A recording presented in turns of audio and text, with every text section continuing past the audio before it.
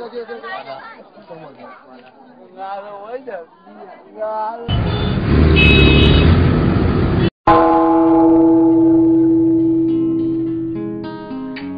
has been the blurry life of Tanya, a cheerful girl but always distressed with her foggy vision. She was never comfortable with contact lenses and never liked the look of glasses.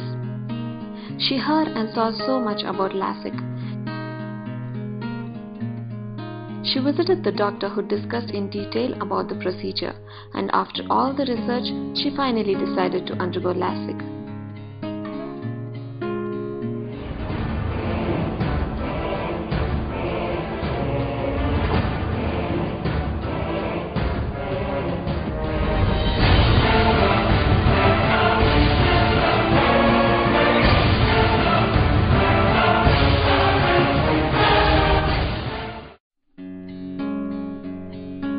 Next day she visits the doctor, and there she goes.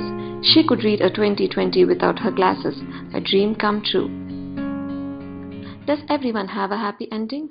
What could go wrong?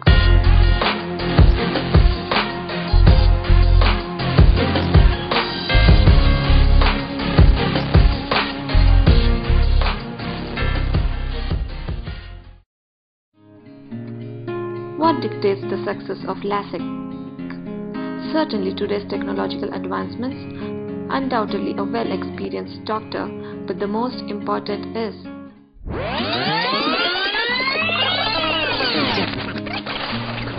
the pre-operative assessment.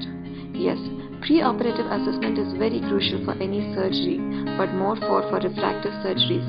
So here we present our protocol for a comprehensive pre-LASIK assessment. To begin with, it's ideal to have a dedicated area and staff for counseling and workup. Adequate reading materials and handouts are necessary. Questionnaires and checklists avoid missing of crucial points during the workup.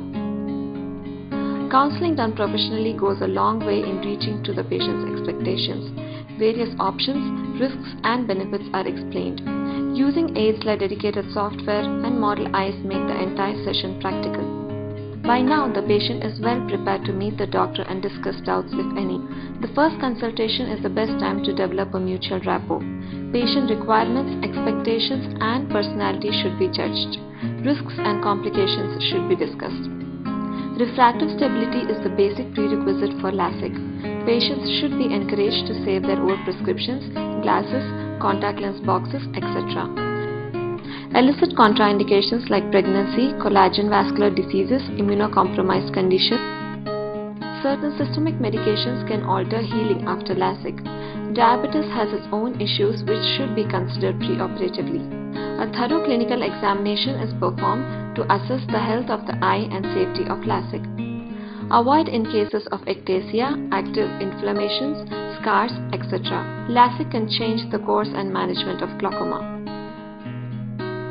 Correct documentation of aided, unaided and pinhole vision is crucial to assess the success of surgery. Pinhole vision, if subnormal, shall be explained and mentioned in the consent too. Scrutinize and identify optometrists in your setup who are good enough to do a LASIK refraction. There is no shortcut for performing a thorough retinoscopy and subjective refraction. Give attention to details like eye chart distance, vertex distance, patient's accommodation, etc.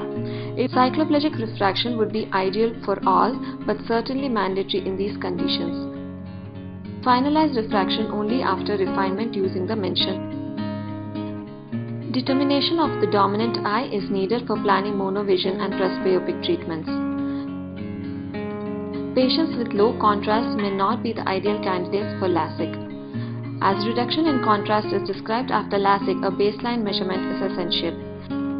Eligibility and postoperative safety is directly related to the pre-op and residual pachymetry. Considering one's own and others' experiences, surgeons need to set their cutoff for residual stromal bed thickness. Diagnostic equipment have evolved from the handheld keratoscope to the latest Schleimflug technology. Analysis of the corneal shape, thickness and surface regularity is crucial for confirming eligibility and planning of treatment. The Placido-based system, though highly dependent on the ocular surface and tear film, is good in imaging the corneal surface if well performed. The scanning slit and Schleimflug technologies help us analyze the pachymetry and posterior surface which has almost become mandatory in today's refractive practice.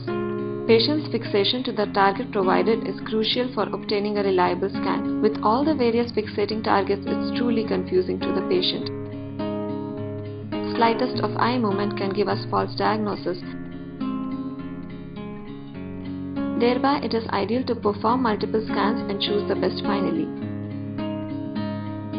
Stopping contact lenses well before the investigations is important to revert corneal warpage, which may at times be diagnosed as early keratoconus.